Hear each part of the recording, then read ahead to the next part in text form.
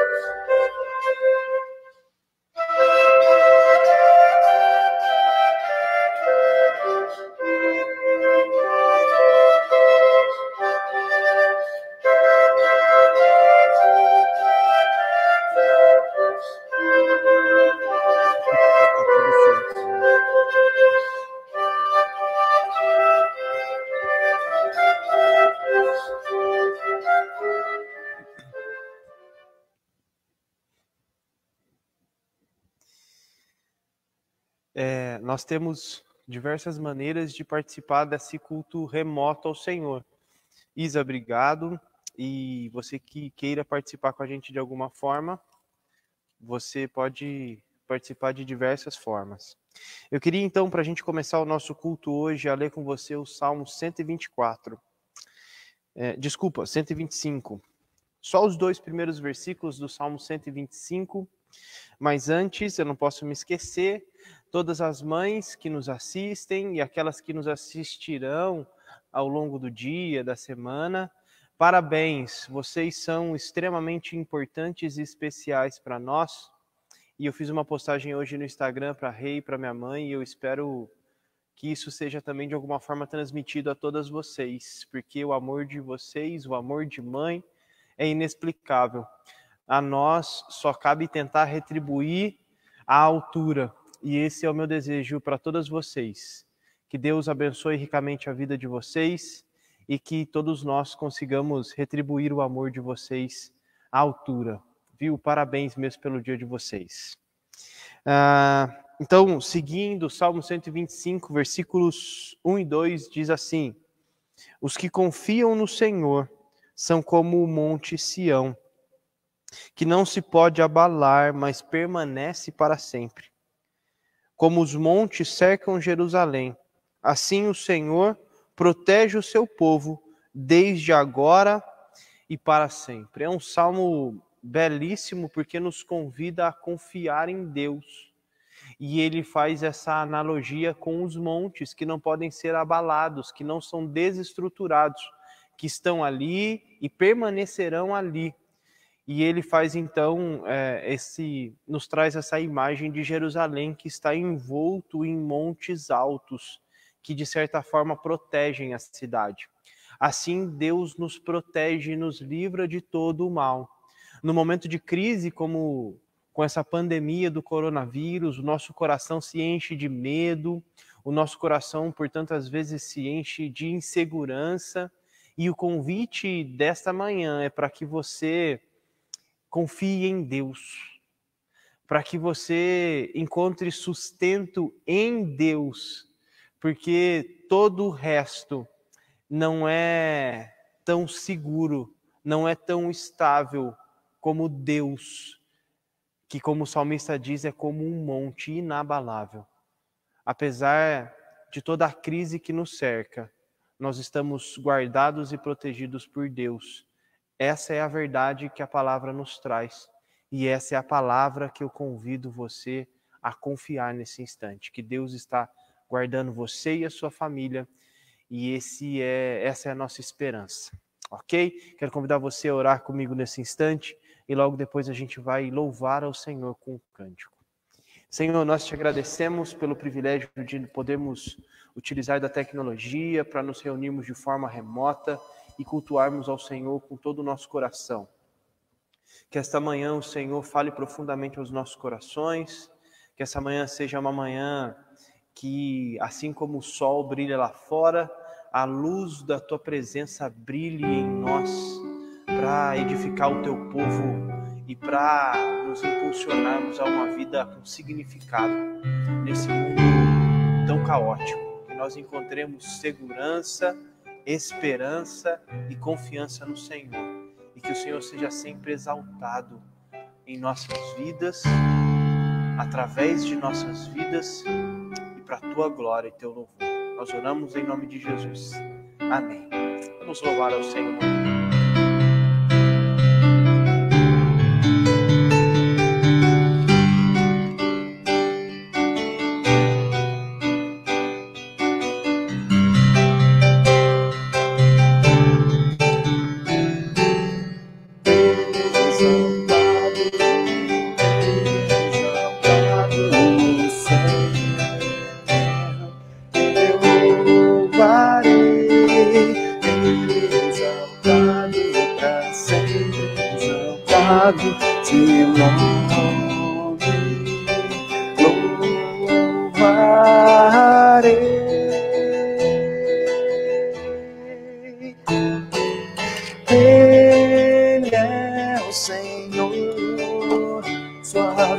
verdade vai sempre reinar.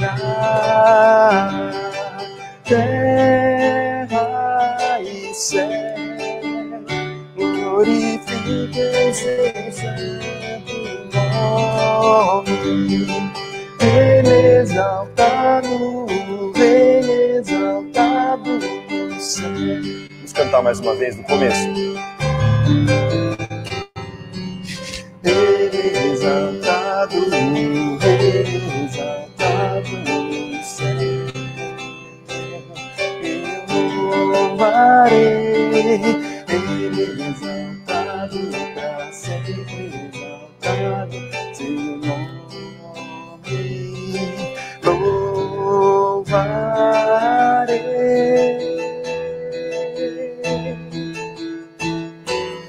Ele é o Senhor, sua verdade vai sempre reinar.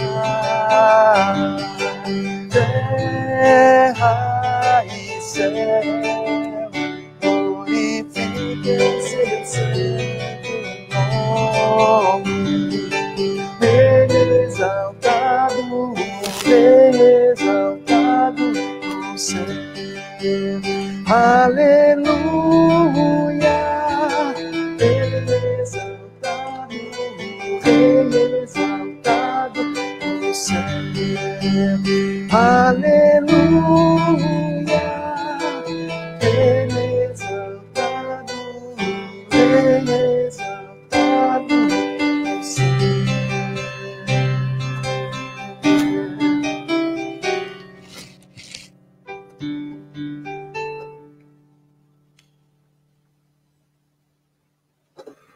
Bênção pura. Eu acho que tá todo mundo com saudade, né, de estar junto, de se reunir de fato e poder cultuar e louvar o Senhor junto, né? Esse momento talvez seja um pouquinho, traga um pouquinho de boas lembranças.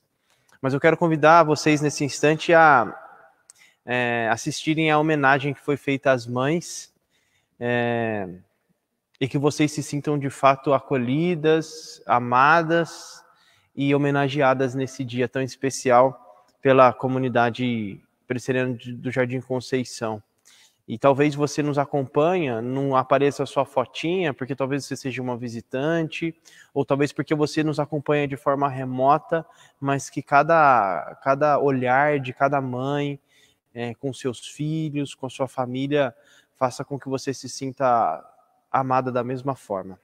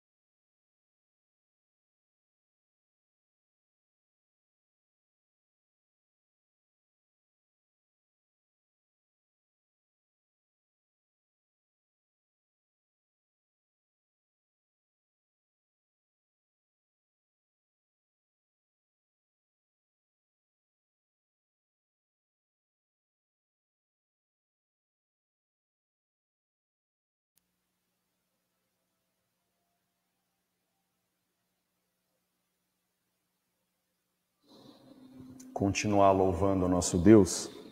A gente estava aqui preparando esse momento e é engraçado e ao mesmo tempo estranho, né? A gente está fazendo o nosso culto aqui, olhando para a igreja toda vazia, Mas esse cântico que nós vamos cantar agora é o teu povo aqui presente. A gente não está presente aqui no templo físico, mas como igreja, todo mundo na sua casa, no seu lar. E como diz esse cântico, todos numa só voz declarando que só tu és grande. A projeção vai estar sendo colocada para vocês aí, que você com a sua família, ou se você está sozinho, que você possa louvar ao nosso Deus nesta hora.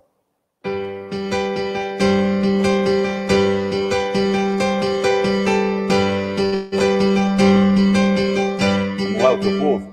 É o teu povo aqui presente, todos numa só voz, declarando que só tu és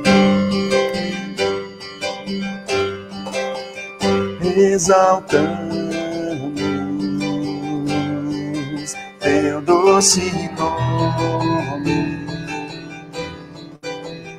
pelo amor, pela cruz, por teu Filho Jesus, pois és santo, sim, és digno de louvor e de ser adorado, és bondoso, Pai querido, dentre todas as coisas, tu és verdadeiro, Senhor.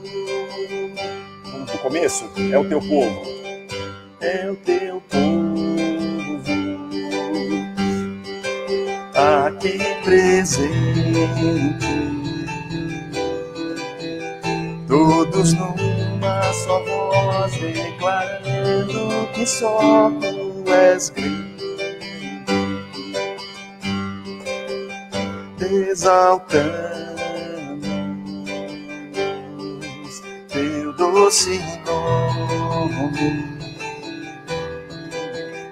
pelo amor, pela cruz, por teu Filho Jesus, pois és santo, sim, és digno de louvor e de ser adorado, és bondoso, Pai querido, dentre todas as coisas, tu és verdadeiro, Senhor.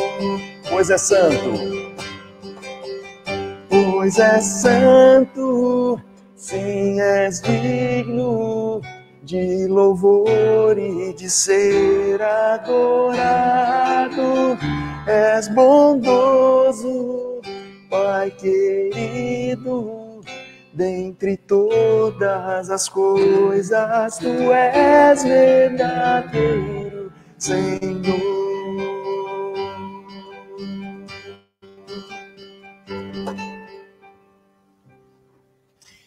Bênção pura.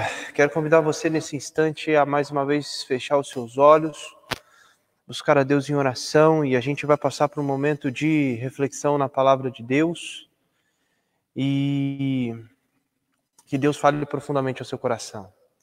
Pai querido, nós mais uma vez te agradecemos pelo privilégio de podermos debruçar diante da tua palavra, sobre a tua palavra, e ouvirmos a tua voz. Que apesar de nós, o Senhor fale profundamente aos nossos corações e edifique a tua igreja como teu povo. No nome santo de Jesus que nós oramos. Amém. Bom, pessoal, talvez você esteja assim como eu, extremamente aflito. Ou não, ou você está extremamente tranquilo. Mas eu vi um vídeo, claro, de humor, nesse período de quarentena, que demonstra muito essa expectativa de tudo isso acabar, que esse tempo passe logo, e a gente sabe que não vai passar assim tão rápido. E é um vídeo onde uma moça ela fica falando que o pico é esse mês, e aí depois o pico é no mês que vem, e aí depois ela vai brincando que é só mais um mês, e só mais um mês, até que no último momento ela tá com um chapeuzinho de Papai Noel, falando que o pico é só em dezembro. E a minha fala aqui não tem nenhum nenhum tom de crítica à ciência ou aquilo que tem sido feito, mas tem de fato um tom de que, apesar de ser engraçado, porque a gente de fato vem ouvindo e a nossa esperança é que isso passe logo, e a quarentena, pelo menos aqui no estado de São Paulo, ela é jogada para frente, mais 20 dias, mais 30 dias, e a gente percebe que de fato há uma necessidade para isso. Mas a gente sabe de toda a situação econômica do país, a situação econômica das pessoas. Então, de fato, o meu tom aqui é um tom de angústia, porque a gente quer que isso passe logo, e a gente não tem perspectiva de quando que tudo vai voltar à normalidade. A única coisa que a gente sabe é que, muito provavelmente, nada mais volte como era antes. E esses momentos angustiantes, de fato, geram em nós dúvidas, inquietações, ansiedades, mas eu queria que a gente pudesse encontrar na palavra de Deus não só consolo, mas principalmente esperança, que apesar de tudo isso há um Deus que cuida de nós e que está presente, está com a gente esse tempo todo. Por isso que eu li com vocês o Salmo 125. E hoje a gente encerra um período de reflexão sobre o reino de Deus, porque não de maneira paralela a gente tem aprendido que, em meio a todo o caos da humanidade que a gente vive, o reino de Deus, ou como a gente viu em Mateus até agora, o reino dos céus, ele está estabelecido. Mais uma vez, o reino dos céus está estabelecido em meio ao caos do mundo e da terra. E esse reino é aquilo que de fato enche o nosso coração de motivação, de significado e de esperança. E a gente então conversou já há 3 domingos, ou já conversa há 3 domingos sobre o reino e como que ele talvez se contrapõe àquilo que está posto nos valores da nossa sociedade. E hoje a gente vai conversar um pouquinho e encerrar esse bate-papo sobre o reino com um aspecto que é, de certa forma, futura, ou um aspecto futuro do reino dos céus, que no primeiro domingo que a gente conversou sobre isso, eu falei que o reino tem a ver com algo que já foi estabelecido no passado, que já foi inaugurado e que continua a dar sinais e a influenciar pessoas ao longo da história. Ou seja, o reino de Deus não tem somente um aspecto futuro, o reino de Deus não é sinônimo de céu, propriamente dito, mas o reino dos céus, ele tem esse braço futuro, essa característica, essa faceta de algo que acontecerá no futuro, que é quando o reino de Deus será de fato estabelecido e pleno. Quando Jesus Cristo voltar dos céus e estabelecer de fato o reino eterno de Deus, onde não haverá, de acordo com o Apocalipse, mais choro, nem pranto, nem dor, nem tristeza. Ele enxugará do nosso rosto toda lágrima, não haverá mais motivo de choro, de dor, porque a plenitude da beleza, da paz, vai ser estabelecida pela presença eterna de Deus. E eu queria conversar com vocês, então, nessa perspectiva do que há de acontecer no futuro e como que isso influencia o nosso presente hoje, que talvez isso seja muito importante. Por isso eu quero convidar você a abrir sua Bíblia no Evangelho de Lucas. A gente vai mudar de evangelho hoje, a gente vai para o Evangelho de Lucas. Até então a gente estava no Evangelho de Mateus. E o Evangelho de Lucas, no capítulo 13, vai guiar a nossa reflexão hoje, que vai ser direta, vai ser breve, mas eu espero que seja extremamente significativa para vocês. Antes, apesar do Glauco já ter colocado aí o texto, eu vou pedir para ele tirar, porque eu queria fazer uma introduçãozinha antes aqui, rápida. Olha que interessante, a gente tem ouvido, e talvez isso aqui me gera um pouco mais de aflição. A gente ouviu e descobriu uma palavrinha nova em inglês chamada lockdown, que tem sido falado há um tempo já na televisão, e essa semana a possibilidade do lockdown ela foi um pouco mais incisiva. Lockdown é esse confinamento total, onde o convívio social ele é restrito absurdamente, onde, digamos assim, as portas seriam fechadas e trancadas e a gente deveria ficar trancado dentro de casa, não deveríamos sair, a não ser por questões extremamente primordiais e essenciais, né? E apesar de a gente já estar em quarentena e resguardado em casa, isso seria atenuado para a gente poder ajudar no combate à pandemia. E eu fiquei pensando um pouco nisso e eu percebi que o reino dos céus, ou o reino de Deus, ele também tem um momento de lockdown, um momento onde, de fato, talvez não no aspecto de confinamento, mas no fato onde uma porta vai ser de fato trancada, né, e não vai ter mais como sair, não vai ter como mais entrar. É aquela ideia de que quem entrou, entrou, quem não entrou, não entra mais no reino.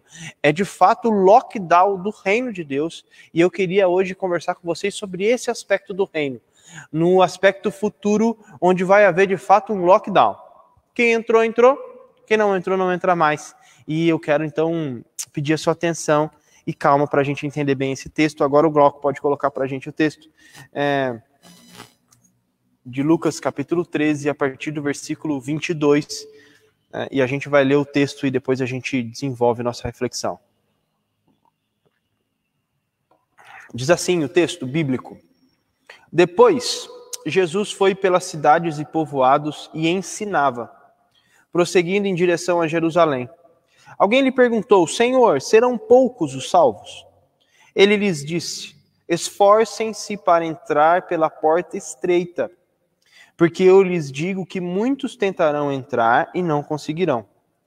Quando o dono da casa se levantar e fechar a porta, vocês ficarão do lado de fora, batendo e pedindo: Senhor, abre-nos a porta. Ele, porém, responderá: Não os conheço, nem sei de onde vocês são. Então vocês dirão: Comemos e bebemos contigo e ensinaste em nossas ruas. Mas ele responderá: Não os conheço, nem sei de onde vocês são. Afastem-se de mim, todos vocês que praticam o mal. Ali haverá choro e ranger de dentes. Quando vocês virem Abraão, Isaque e Jacó e todos os profetas no reino de Deus, mas vocês excluídos, pessoas virão do Oriente e do Ocidente, do Norte e do Sul, e ocuparão os seus lugares à mesa no reino de Deus. De fato, há últimos que serão os primeiros, e primeiros que serão os últimos. Bom, aqui a gente encontra um contexto extremamente interessante. O contexto mais próximo, anterior que a gente tem é a referência do Evangelho de Lucas, do texto que vimos domingo passado, onde a gente estudou e aprendeu um pouquinho sobre o reino dos céus apresentado por Jesus na linguagem ou na figura do grão de mostarda e do fermento que leveda absolutamente toda a massa. E logo em seguida a esse texto no Evangelho de Lucas, a gente consegue perceber esse ensinamento de Jesus em relação a essa porta estreita. E o contexto, desde o capítulo 11, é de um embate aos religiosos daquela época, aos fariseus, e isso é atenuado quando no sábado Jesus cura uma mulher. Aquela mulher, então, é curada num dia que não poderia ser curado, e Jesus, então, afirma que eles eram extremamente hipócritas, porque se um animal do campo deles precisasse de ajuda, eles não hesitariam em ajudar, mas ajudar pessoas só porque era sábado, ou curar uma mulher só por conta de ser o dia de sábado, eles então se escandalizavam e negavam esse apoio, esse auxílio a uma pessoa necessitada no sábado. E ele então começa a apontar e deflagrar essa hipocrisia dos religiosos e dos fariseus, onde o texto, a lei, era mais importante do que o espírito do texto, o espírito da lei, né, o sentido, o significado, a motivação do texto legal, que era, na verdade, o amor ao próximo incondicional, em resposta ao amor de Deus. Então, aqui, esse texto que nós lemos e que servirá de referência para nós, ele está totalmente envolto em uma confrontação entre Jesus e os fariseus, principalmente entre Jesus e os judeus. Exatamente por isso que o texto termina dizendo: os últimos serão os primeiros e os primeiros serão os últimos. Mas vamos lá, vamos caminhar no texto e a gente vai entender um pouquinho. Porque Jesus estava, então, ensinando, e se a gente olhar anteriormente o que ele ensinava sobre o reino, ele ensinava sobre a graça, ele ensinava sobre oração, ele ensinava sobre as motivações da vida, ele ensinava sobre a segurança, ele ensinava que Deus que era pai, que cuidaria dos seus, e ele, então, no capítulo 13, nesse texto, é confrontado, ou ele é questionado. E a pergunta dessa pessoa que não é identificada na Bíblia é sobre a salvação. Ele não está preocupado com o momento imediato que ele vivia, ele não estava tão preocupado com a sua vida como tal, ele estava preocupado com a sua vida após a morte, ele estava preocupado com a sua salvação futura. Ele estava preocupado, então, com esse movimento divino de salvar pessoas daquilo que nós já ouvimos ou conhecemos como o inferno, a perdição, o lago de fogo, seja lá como for. Esse homem, então, ou mulher, nós não sabemos, é uma pessoa que pergunta, estava preocupado com a sua salvação. E isso é muito interessante porque isso tem sido uma preocupação constante, principalmente nos dias atuais. Porque a morte, ela sempre esteve e sempre estará ao nosso lado. A morte sempre foi uma realidade nas nossas vidas. Nós perdemos pessoas diariamente. Pessoas morrem diariamente. Nós somos bombardeados com notícias terríveis, de acidentes, de tragédias, diariamente. Ou seja, a morte é algo que está sempre ao nosso lado. Mas a gente quase que a ignora, como se fôssemos imbatíveis, né? Como se fôssemos imortais e ela não pudesse nos afetar, a não ser quando nós, de fato, ficamos seriamente doentes, ou senão quando nós recebemos notícias terríveis, né, de amigos ou familiares de amigos que amamos estejam doentes, com doenças terminais ou com doenças extremamente difíceis de serem tratadas, aí a morte parece que emerge aos nossos olhos. E num momento de pandemia como essa, onde a gente liga o jornal e o número de mortes aumenta significativamente, quando então a taxa de mortalidade ela vai aumentando e vai alcançando faixas que outrora não estava afetando, e aí a gente começa a ficar um pouco mais cuidadoso e a gente começa a entender que, de fato, a morte é um risco imediato.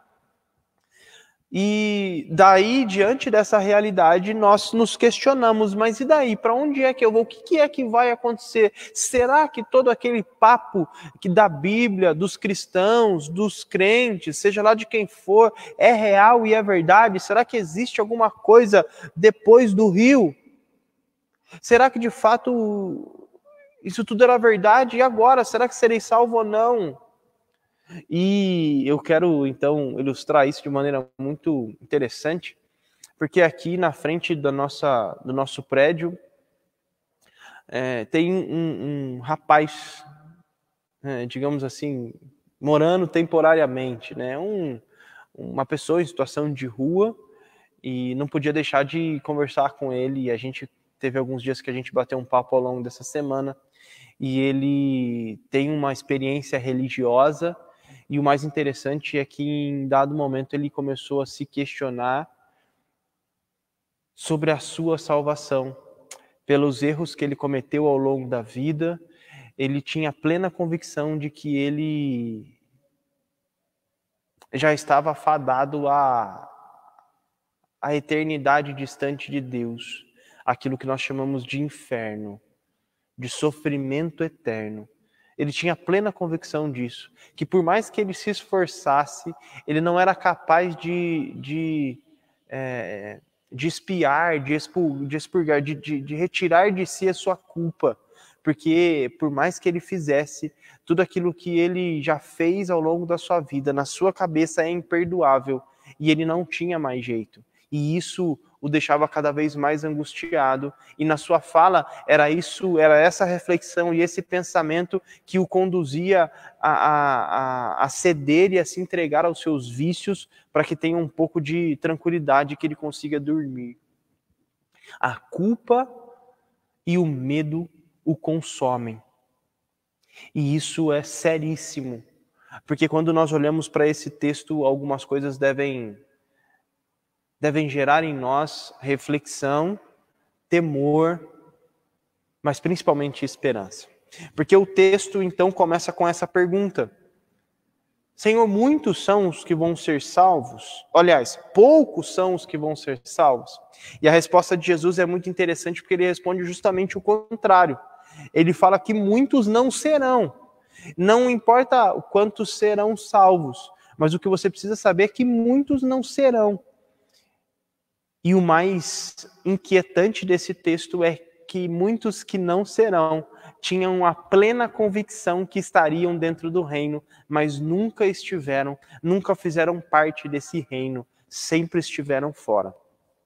Então, o nosso texto, então, no versículo 24, Jesus começa a responder, e eu queria aqui atentar para algumas questões. Ele começa dizendo: esforcem-se para entrar pela porta estreita, porque eu lhes digo que muitos tentarão entrar e não conseguirão. Quando o dono da casa se levantar e fechar a porta, vocês ficarão do lado de fora, batendo e pedindo: Senhor, abre-nos a porta. Aqui a gente já precisa fazer algumas considerações para a gente entender essa parábola de Jesus. Porque ele então aponta que existe um momento que o dono da casa, que ele no final do nosso texto que já lemos aponta que é o reino de Deus, vai chegar um momento que ele então vai dar um lockdown, vai fechar a porta e não há mais como entrar nem como sair. Se você estava no reino, ali você estaria, e se você estiver fora desse reino, não há mais a possibilidade de você fazer parte desse reino. Então, um momento na história, Deus, profetizado no que diz respeito ao apontamento determinado por Deus, na qual o lockdown do reino de Deus há de acontecer. O reino, então, vai ser não só agora como foi inaugurado, mas ele vai ser estabelecido plenamente, de fato e para sempre. O reino vai ser estabelecido. Essa é a palavra. Em sendo assim, dentro do reino, aqueles que dentro do reino estarão, lá permanecerão. E aqueles que estiverem fora, podem bater na porta à vontade e não conseguirão entrar. Isso é muito sério e interessante porque, primeiro, isso vai acontecer, queridos. A gente não sabe quando, a gente não sabe que dia, que hora, que momento, mas isso vai acontecer. E aqui vocês perceberão que ao longo do nosso bate-papo, aqui não é para a gente ficar com medo. E a gente vai perceber que é para a gente ter esperança. Porque aqueles que ficarão do lado de fora, e aqui é o mais interessante, baterão na porta e dirão para o Senhor, para o dono da casa, no caso já explicando essa figura, é Jesus Cristo, o Senhor do reino. E esses vão dizer: Jesus, o Senhor, se equivocou, e nesse momento de lockdown, o Senhor esqueceu a gente aqui para fora. Ufa, ainda bem que a gente chegou aqui e podemos bater papo com você aqui. Abre logo essa porta, Jesus, faz favor, para a gente conversar daí de dentro. Jesus, pelo olho mágico ou por aquelas portinhas antigas, abre, ouve o que eles têm para dizer, mas no final das contas ele franze a sua sobrancelha e fala: eu não sei do que vocês estão falando, eu não conheço vocês. Eles então se assustam e dizem: não, peraí, o senhor não está entendendo. A gente jantou junto, a gente comeu junto. Você nos ensinou várias coisas, a gente então está te obedecendo há tanto tempo, a gente curou em seu nome, né? A gente falou em seu nome, a gente pregou em seu nome, a gente entregou panfleto em seu nome, nós fazíamos culto em seu nome, eu cantava em seu nome, eu produzi músicas, eu fui um grande artista gospel, ou se não, puxa vida, eu fiz seminário, eu estudei a Bíblia, entendi isso, fiz o melhor seminário do mundo, sou pós-graduado em teologia. Sou eu, Jesus, o senhor não lembra de mim? Ele vai olhar e falar, não te conheço. E no final das contas, ele vai olhar e falar, cara, eu não te conheço mesmo. Afasta-te daqui, some daqui. Versículo 28. 27, desculpa, não conheço, nem sei de onde vocês vêm, de onde são vocês. Afastem-se de mim todos vocês que praticam o mal. Como assim essas pessoas praticam o mal? Se na verdade eles estavam fazendo tudo aquilo que era previsto, eles estavam batizando, pregando, ensinando, como assim? E aqui então há um ponto de interrogação que assim que eu comecei a caminhar com Jesus, eu li primeiro Atos, depois Lucas, foi o segundo livro da Bíblia que eu li, e esse texto me deixava assim confuso, porque eu tinha uma visão extremamente religiosa, onde eu ficava questionando, puxa vida, então quer dizer que se eu fizer absolutamente tudo o que eu deveria fazer, se eu fizer absolutamente tudo o que o manual diz, mesmo assim eu posso ficar fora do reino? Peraí, não estou entendendo. Não estou entendendo. A minha percepção talvez seja tal qual a do nosso colega que está morando na nossa praça aqui. Não tem jeito então. Se nem fazendo isso eu não consigo conquistar esse reino, eu estou enrolado. Não tem jeito. Perdi a chance. E agora? O que fazer? E essa é a pergunta que pode ser que venha de fato à sua mente. Então o que eu faço?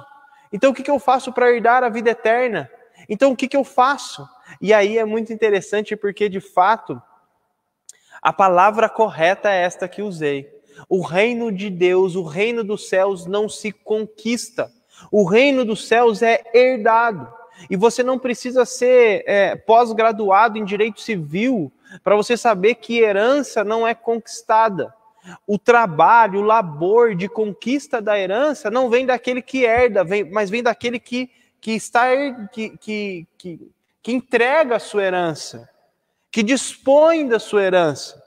Aqueles então que trabalham, lutam e conquistam algo, eles então entregam aos seus herdeiros de graça, sem eles de fato merecerem, sem eles de fato fazerem por merecer, conquistarem, trabalharem tanto quanto, é simplesmente dado de graça. E o reino dos céus traz a perspectiva desse movimento, de alguém que herda de graça esse reino. Então, no aspecto futuro do reino, aqueles que no momento do lockdown estarão para dentro desse reino, que certamente estarão dentro desse reino, são aqueles que herdaram de graça, que entenderam que não há nada que possa ser feito para que se conquiste, para que se compre esse reino. Então, quando a gente pensa na realidade futura do reino, eu tenho que entender o quanto eu sou privilegiado, o quanto nós somos privilegiados, porque de fato, de certa forma, nosso colega que mora aqui na nossa praça tem razão. Não há nada que a gente faça que a gente possa herdar a salvação, o reino. E talvez a preocupação desse homem que no versículo 23 pergunta a Jesus: Senhor, tenho uma séria angústia, uma séria dúvida sobre a salvação. Me ajuda a entender como eu faço para conquistar esse reino. Não tem jeito. Não tem jeito. Quem determina quem entra e quem sai é o dono da casa.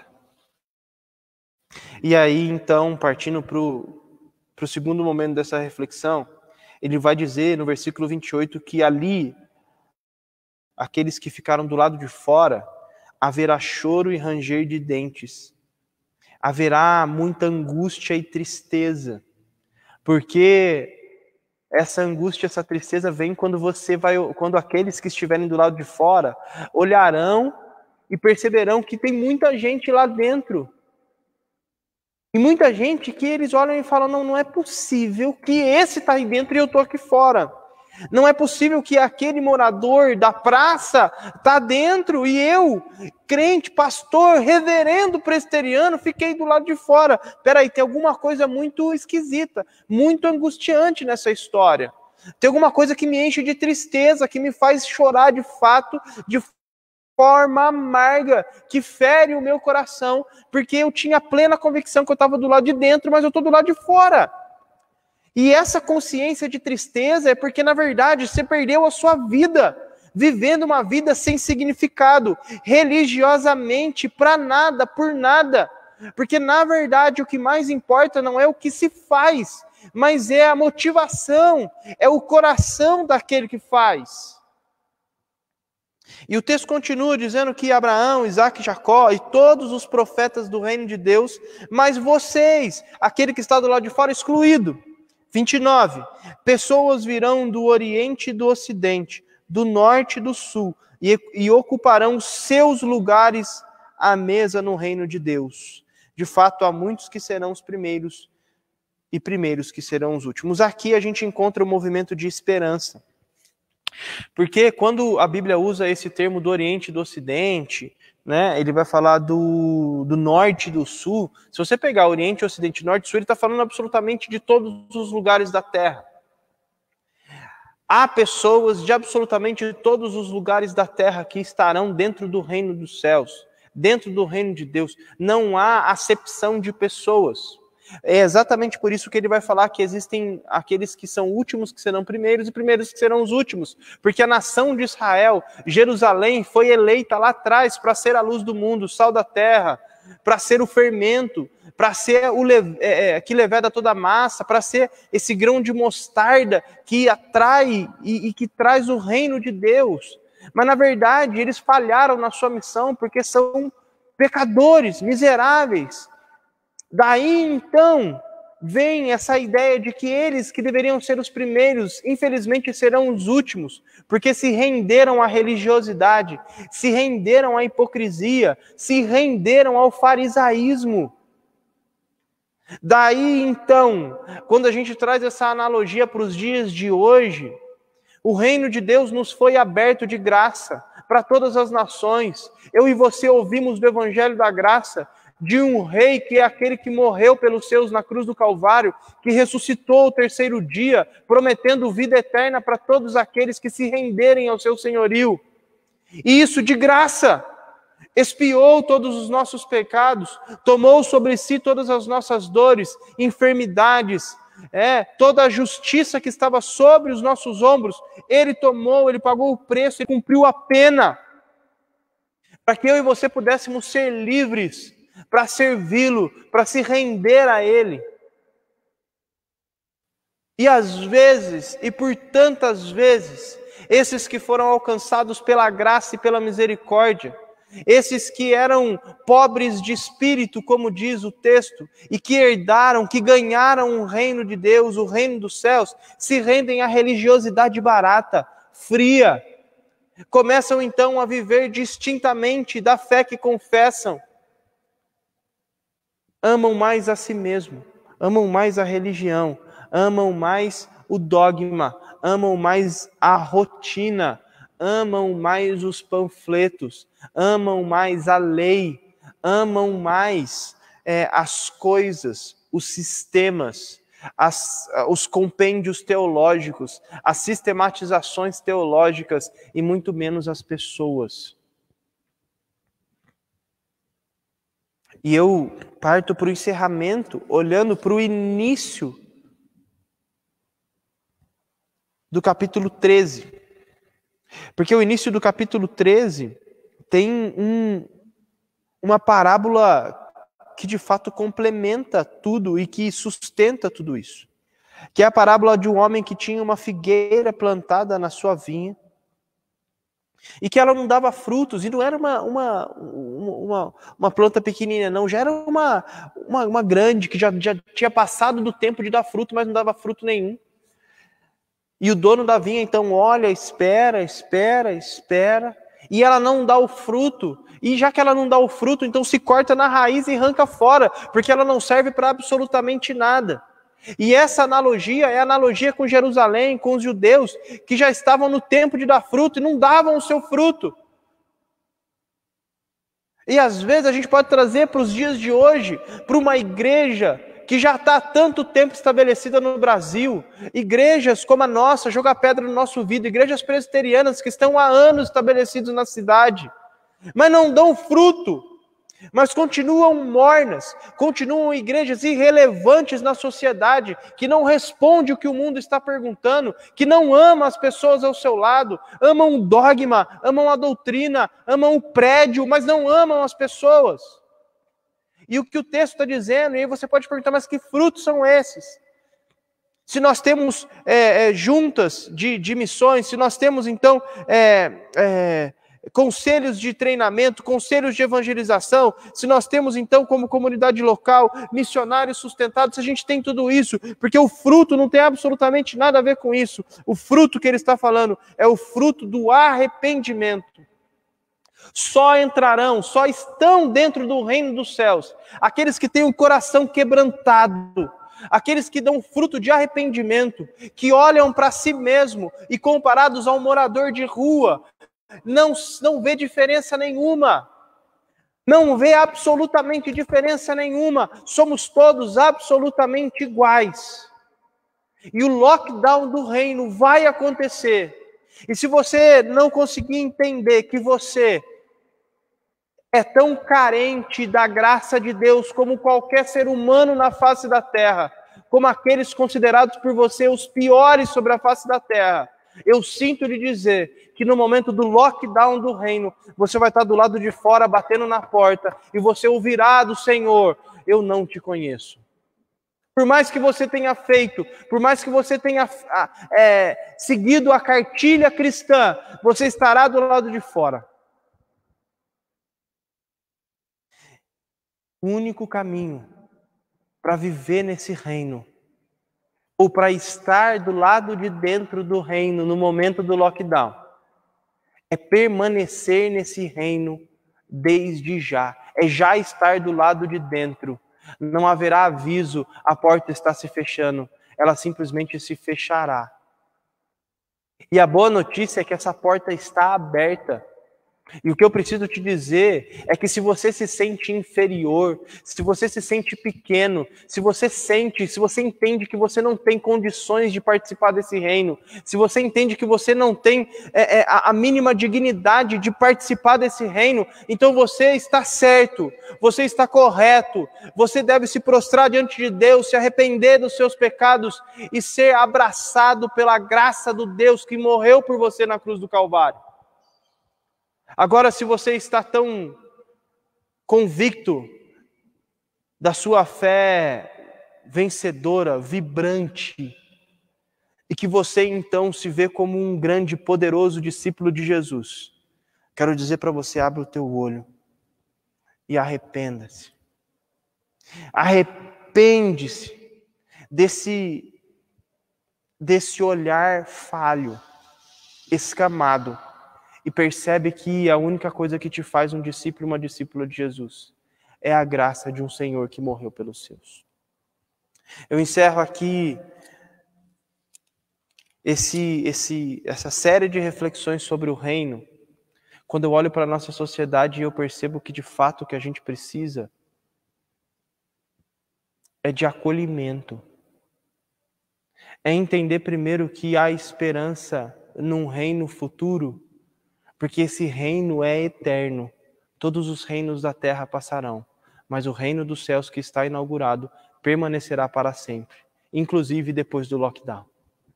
Os outros cairão por terra. A segunda coisa que eu quero que você saiba é que, de fato, o reino dos céus, essa porta está aberta. Entenda isso. A porta está aberta.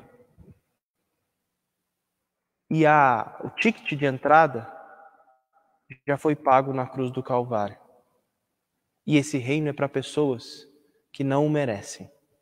Para você, para mim, para todos nós. Por isso, arrepende-se. Creia em Jesus Cristo e encontre a esperança mesmo em meio ao caos. Encontre a esperança na quarentena, mesmo que no lockdown, porque o lockdown, a quarentena, que guia a sua vida, não é a promovida pelo coronavírus, mas é aquela promovida pelo reino de Deus, que está estabelecido, que é eterno e que é de graça. Aqueles que se compreendem como merecedores e se rendem ao senhorio desse Senhor. Feche seus olhos, vamos orar ao Senhor. Pai, nós te agradecemos pelo privilégio de estarmos aqui. Nós te agradecemos porque a esperança do teu reino é aquilo que nos sustenta, é aquilo que nos guia, é aquilo que de fato nos nutre. Que aqueles que estão sofrendo de alguma forma com más notícias, com a perda de familiares e amigos, com a aproximação da realidade da morte, que estão sofrendo com parentes doentes, com más notícias que tiveram essa semana, aqueles que estão sofrendo porque perceberam que construíram uma vida inteira pautado talvez em valores como trabalho, ética, moral, mas que trabalharam tanto e esqueceram daquilo que eles estão confinados a conviver: família, o carinho, cumplicidade, perdão, e que esses valores do reino sejam de fato estabelecidos entre nós, que a gente encontre de fato significado em viver uma vida pautado pela graça, que nos conduz à humildade e que nos impulsiona a amarmos o nosso próximo, não como a nós mesmos, mas como Jesus Cristo nos amou. Que o Senhor nos abençoe, em nome de Jesus. Amém.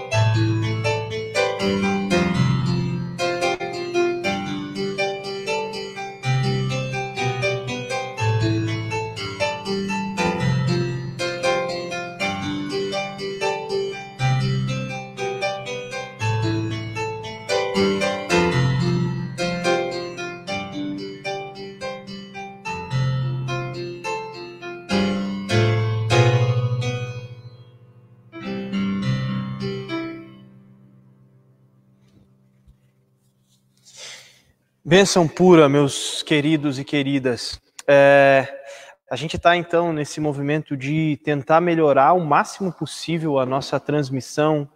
A gente agora está conseguindo integrar as pessoas do louvor, a gente vai tentar melhorar isso a cada dia.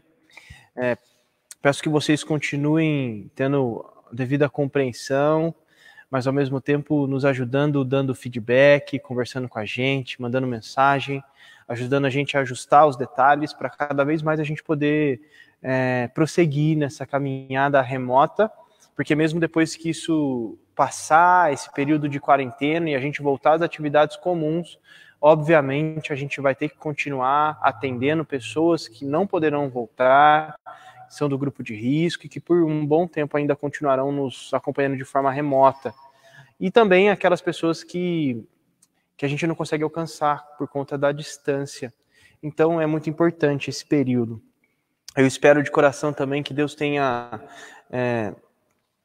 e que Ele continue a falar no seu coração, aqueles que frequentavam e frequentam uma comunidade local presencialmente, que de alguma forma esses cultos online tenham de alguma forma suprido a necessidade de alimentar-se da palavra de Deus, e mesmo que de forma incompleta, digamos assim, também esse período de comunhão. Não deixe de cultivar os seus relacionamentos, não deixe de cultivar as suas amizades entre aqueles que são membros da comunidade local. Tá joia? Então, a gente hoje vai ter aula de EBD, já vi aqui que foi colocado o aviso, que a gente, além de transmitir pela plataforma de relação, de relacionamento, onde a gente consegue uma maior interação, a gente também vai transmitir aqui pelo Facebook, para que mais pessoas possam participar e conseguir interagir pelas mensagens, tá bom? Eu vou impetrar a bênção e espero de fato que Deus te abençoe, ok? Senhor, mais uma vez nós nos colocamos diante do teu altar, pedindo que o teu Espírito nos encha e nos impulsione a uma vida com significado. Nós oramos em nome de Jesus, e que a graça desse Jesus, que o amor de Deus o Pai, que a comunhão, o consolo do Santo Espírito estejam com todos vocês, com todo o povo de Deus sobre a face da terra, hoje e sempre. Amém. Amém. Queridos, Deus abençoe vocês.